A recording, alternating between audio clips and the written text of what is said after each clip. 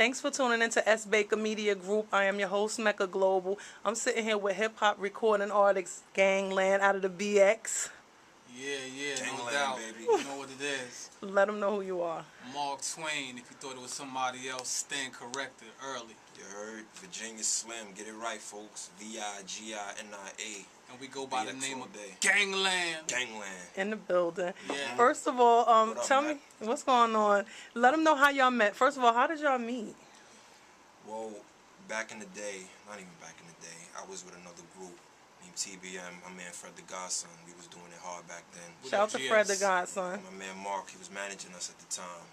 And that's how, we met, we gelled quick, and we just started going at it hard. Making music, good music, going different places, promoting it hard. Yeah, He was giving his insight, giving ideas, suggestions, and it was just working. Yeah, no doubt. I mean, basically at the time, I just had a lot of creative input out, although I wasn't an actual artist, and I was kind of like a third member of the group, you know what I mean? So the business side was being held down by me, and they was really holding down the creative side, but really it was just like a team effort, and it was a good time, you know what I mean? We made a lot of moves. Now, explain one of y'all. First of all, one was had a signed situation with Young Lord, and one had a signed situation with DJ Clark Kent. For those who don't know, Google Clark Kent, a legend, worked with Jay-Z, Notorious B.I.G., the Young Lord, Big Pun, DMX. Just do your research. But tell me about those situations. For sure. Basically, I had a situation with Young Lord. You know what I mean? He was actually living on the block that I was living at the time. So, I mean, it was real inspirational at the time just to, come outside and just see the cars and see the different people coming and going out the studio in his crib. So, actually, I just stalked him, like, for days. Like, you know what I mean? And he just had no choice but to give in. You know what I mean? Shout out to Young Lord. Word up. And basically, he signed me to a situation. He actually put out a compilation probably back in like 2000, 2001, and he gave me 2 songs on it, but it was a real good experience just to be around that whole Bad Boy situation. And for people that know, 01, 2000, that was when Bad Boy was popping. So just being around that, being able to soak up that energy, I mean, that was really my first intro to the business side of the rap game in terms of just being able to go to a label, see how they was marketing the album, and really, that's what really pressed my buttons at the time. Word up. Well, me and Fred, TBM, the way we got hooked up with Clark was that, remember PJ? He told Clark basically, yo, I got some boys from the Bronx, they hot, you need to him, like ASAP. So he told us what it was, brought us out to Brooklyn, and we started working with Clark, doing music, doing big things. Not even just music, we was hanging with him, traveling with him, it was like that. But unfortunate thing about the whole thing was that before that we had got caught up in some bad paperwork, and that kind of extended the whole project moving forward with Clark. But it's all love. It was it was no bad blood, and we fell back. Well, me and Twain actually fell back for a few years, and now we back. Clear-headed. Learned from my mistakes in the past with paperwork and business, so now we ready to move full steam ahead. Definitely.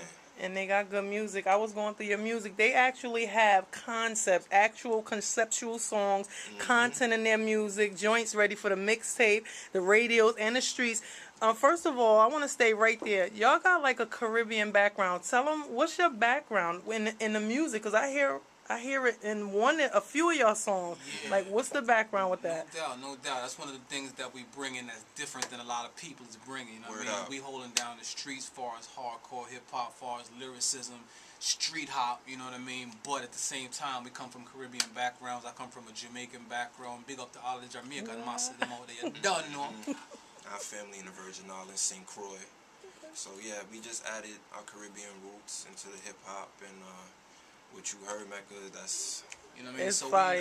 we incorporate all that into the music, you know what I mean? And that way, you know what I mean, we separate ourselves from everybody else, you know what I mean? Because it's not a lot of people out there that's able to really stay on track as far as holding down music, lyrics, and then adding that Caribbean flavor. So right there, we filling space in 2 lanes. Yeah. Definitely. Let's talk about that. What's going on in the music industry right now that you think should be removed, or what's missing or lacking in the industry right now? What's lacking is lack of effort and the lack of time people are putting into their craft. If it sounds like they're rushing, it sounds like No doubt. first thing that comes to their head, first beat that's played, they running with it, and it's not a good look. Keep it frank, it's not a good look. So before, like, you know, we have this album coming out, Life as We Know It. Before we even went to the studio and recorded anything, we was just writing and coming up with ideas, putting it on paper before we even stepped in the booth. Yeah. And we feel like that's not, you know, what's going on with other people's projects. Yeah, for sure. You know what I mean? That's what we really bringing back to the table. As you mentioned, Mecca, just the conceptualness of it all, just the production, and just the writing. You know what I mean? First and foremost, we songwriters. You know what I'm saying? So if you need something written, get at us. You know what I mean? We do all that. We do all that. That's right. And a lot of times, that's what's missing from Don't be hip hop. You know what I ashamed. mean? The hooks is not there. You know what I mean? But when we sit down and we start to structure a song, we start from the intro to the verse to the hook to the pre-hook to the bridge, and Walk right you know what I through mean. it. And a lot of people is not accustomed to that being done in hip hop songs. I mean, we bringing all that back, and we not sacrificing the edge at all. Another thing, we're very critical of each other. So we feel like in the other camps, it's a lot of yes men and a lot of co-signing going on, where your man could just, you know, lay a song, and in your heart, you honestly you know that song is whack, but you don't want to be a man and tell your man, like, yo, I think you should, you know, go back in the booth and rethink that. It's not, none of that is going on. So people are just, you know, putting out the whack shit. Yeah, the And trust and the camaraderie. they don't know it's that whack we got, because they man you is know what saying I it's mean? hot. So it's not even their fault.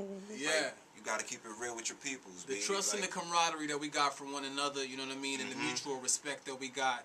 You know, he could tell me at any time, that's not where you need to be. Yeah. Or I could tell him, yo, I think you should rewrite that joint.